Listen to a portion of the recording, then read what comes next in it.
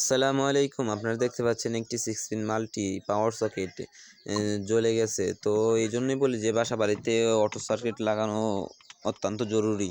কারণ অনেক কিছু শর্ট খাইতে পারে এবং কি তার যে ওয়ারিং করা হয় ওই তারগুলা বাহিরে থাকে। বাচ্চাদের জন্য অনেক রিস্ক এগুলা।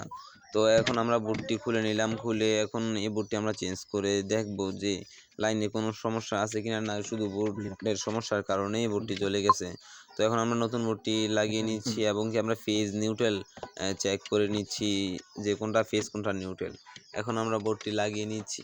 তো আপনারা যারা বাসা বাড়িতে থাকেন তারা কিন্তু বাসা বাড়িতে একটি সিঙ্গেল অটো সার্কিট লাগিয়ে নিতে পারেন।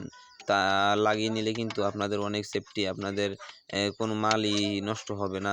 কোনো জিনিস শর্ট খাইলে ইলেকট্রিসিটি বন্ধ হয়ে যাবে, ওই জিনিসটা নষ্ট হবে না। তো এখন আমরা বোর্ডটি ফিটিং করে ফেললাম। বোর্ডটি ফিটিং করে এখন আমরা দেখব যে কি সমস্যা কি হয়েছে।